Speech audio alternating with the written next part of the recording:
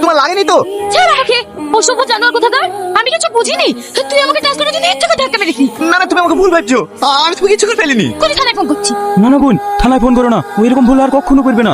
ওর হয়ে আমি ক্ষমা চাইছি। ঠিক আছে, তোমার বন্ধুকে ভালো করে বুঝিয়ে দাও, দ্বিতীয়বার যেন আমার চোখের সামনে না আসে। দেখ ভাই, ভালোই ভালো বলছি, তুই এই মেয়েটাকে ছেড়ে দে। না ভাই, ওকে আমি খুব ভালোবাসি, ওকে ছাড়া আমি বাঁচবো না। এই রিঙ্কি, ওতে দেখ, ছি ছি, কি অসভ্য ছেলে রে।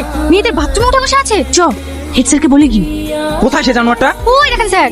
অসভ্য ছেলে, নাম বলছি। কি হলো? কথা কানে যাচ্ছে না? স্যার, আপনার কথা তো শুনছে না, দোকানে গুতি মারবো। মার। আমি রে, তোর বাপ নাম ঠিক রে। আমি কেন নামবো? এই সিকিউরিটি, যা ওকে ধরে নিয়ে এসো। এখানে এত হইচই হচ্ছে, কি ব্যাপার রে? দেখতে পাচ্ছেনি সেই বদমাইশ ছেলেটা মেয়েদের বাথরুমে ছাদে উঠে বসে আছে। কি জানো ছেলে রে, দেখি তো কাকিং কিং করছে। এখানে থাকতে হবে না, হাই। আপনি হলেন গ্রামের একজন বিশিষ্ট ব্যক্তি, আমার ভাবতেও অবাক লাগছে না ছেলে হয়ে এরকম অসভ্যতমে কাজ করে কি করে। কেন স্যার, আমার ছেলে কি করেছে? না ছেলে মেয়েদের বাথরুমে ছাদে উঠে। থাক স্যার, আর বলতে হবে না। সি, তুই এত নিচে নেমে গেছিস, সবার সামনে আমার মাথা হেড করে দিলি। আমার মান সম্মানের কথা একটু ভাবলি না? আবার তোমরা সবাই ভুল ভাবছো, আমি তেমন কিছু করিনি। এই তুই চুপ কর। স্যার, এই বিকার মতো আমার ছেলেকে ক্ষমা করে দেন, আমি কথা দিছি এরকম ভুল আর আমার ছেলে কোনোদিন করবে না। ঠিক আছে, শুধু আপনার মুখের দিকে তাকিয়ে আজ আপনার ছেলেকে ছেড়ে দিলাম।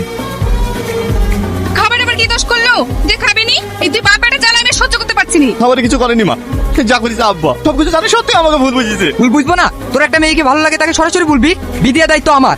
আর তা না করে রাস্তাঘাট মেয়েদের বাথরুম টাথরুম করতে বেড়াস কেন? তোর আব্বা ঠিকই তো বলছি, তুই মেয়েটাকে সরাসরি বলতে পারিসনি যে তুই ভালোবাসিস। না মা, ওকে আমি ভালোবাসার কথা বলতে পারবো না। ও যদি আমার ভালোবাসা অস্বীকার করে তাহলে আমার আত্মহত্যা ছাড়া কোনো উপায় থাকবে না। চুপ কর, তুই তো বলতে পারবি নি।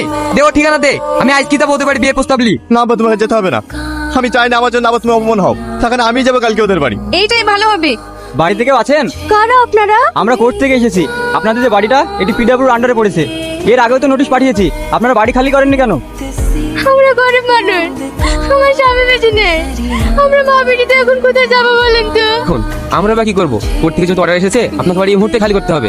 স্যার, আপনারা কয়েকটা দিন সময় দেন না প্লিজ। ঠিক আছে, আপনাদেরকে আরো 7 দিন টাইম দেওয়া হলো। মা, এবার আমাদের কি হবে? তো মামারা তো দিল্লিতে কাজ করে, তো আমরা এখানে চলে যাই। তাহলে মামাদেরকে ফোন করো, আজকে চলে যাবো। কি ব্যাপার? বাড়ি থেকে আবার দেখতে পাচ্ছিনি, এখানে তালা মারা। এরা সবাই কোথায় গেছে? ও চাচি। কি হলো বাপ, কিছু বলছো? হ্যাঁ চাচি, বাড়িতে সব তালা মারা। এরা সবাই কোথায় গেছে? ওদের বাড়ি ঘর সব খাসের জায়গায় পড়িছে। ওর ভাইরা সবাই দিল্লি কাজ করে, আজকে সবাই এখানেই চলে যাচ্ছে।